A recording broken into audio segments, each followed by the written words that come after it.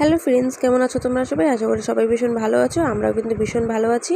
আজকের ভিডিওটা সকাল 11টা থেকে শুরু করেছি। আমি সেই 7টার সময় ঘুম থেকে উঠেছিলাম। উঠে কাজবাজ কমপ্লিট করে, স্নান কমপ্লিট করে, ব্রেকফাস্ট কমপ্লিট হয়ে গেছে। তারপরে কিছুক্ষণ পর মেয়ে ঘুম থেকে উঠলো।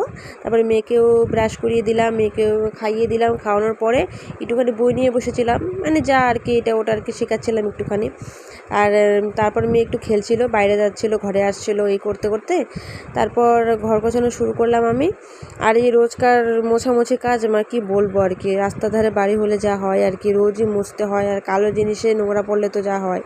এদিকে আমি ঘর গোছাচ্ছিলাম, জিনিস গোছাচ্ছিলাম, আর এদিকে মেয়ে এই তেলের বোতলটা নিয়ে এসে ও কি করছে দেখো, মাথায় দিচ্ছে, গায়ে দিচ্ছে, কি বলবো।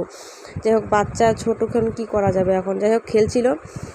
আর ও রোজই এরকম করে, কিছু কি বলবো, ছোট্ট বেবি তো। যাই হোক, ঘর গোছানো, গল্প করতে করতে ঘর গোছানো কমপ্লিট হয়ে গেল।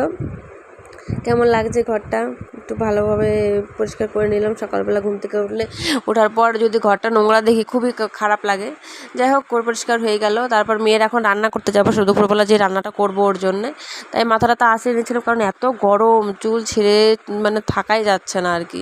আর চুল ছেড়ে থাকবেই বা কেন। যাই হোক, ভালো করে চুলটা আঁচড়ে নিয়ে মেয়ে রান্নাটা করে আসলাম।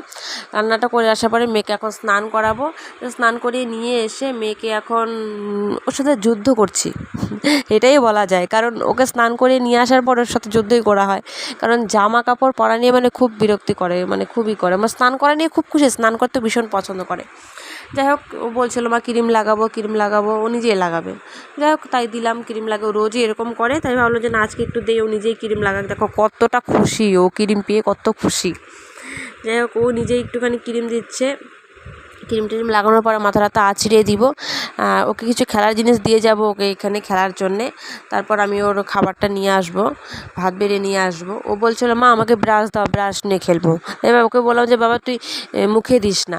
আর এই মাথা আছড়াচ্ছি, আর ও জামার মধ্যে হাত দিয়ে বলছে মা এটা কি, মানে ওর জামার মধ্যে যে আর কি প্রিন্টগুলো করা আছে এগুলো দেখে বলছে মা এটা কি এরকম করে বলছিল। যাই হোক, তারপরে ওকে ব্রাশটা দিলাম। ও দেওয়ার পরে ও খেলছিল। তারপর আমি ওকে ভাত নিয়ে আসলাম, ওর জন্য ভাত খাইয়ে দিলাম। আর রোজ ও ভাত খাওয়ার আগে এইভাবে প্রণাম করবে। যাই হোক, খাওয়া টাওয়ার পরে ওকে এখন ঘুম পাড়াতে নিয়ে যাবো। আর ওর মেয়েটার খুব সর্দি লেগে গেছে, কারণ ঠান্ডা গরম চলছে এখন, এই বৃষ্টি এই ঠান্ডা। যাই হোক, তারপরে ঘুমটুম পাড়িয়ে দিলাম। পাড়ানোর পরে ভাবলাম গিয়ে এখন রান্না করতে যাব। দেখি যে শাশুড়ি মা রান্নাটা করছে। যাই হোক, ভালোই হলো। তারপরে এদিকে এসে আমি একটুখানি আলমারিটা হাতাহাতি করছিলাম, দেখি গোছানো যায় নাকি। তারপর দেখি আলমারির অবস্থা ভীষণ খারাপ, তাই জন্য আলমারিটা গুছিয়ে নিলাম। তারপর ননদ ফোন করে আমাকে বললো বৌদি একটুখানি ঘুরতে যাবো, পার্কে যাবো। বললাম ঠিক আছে চলো যাই। তাই মেয়েদেরকে নিয়ে একটুখানি পার্কে ঘুরে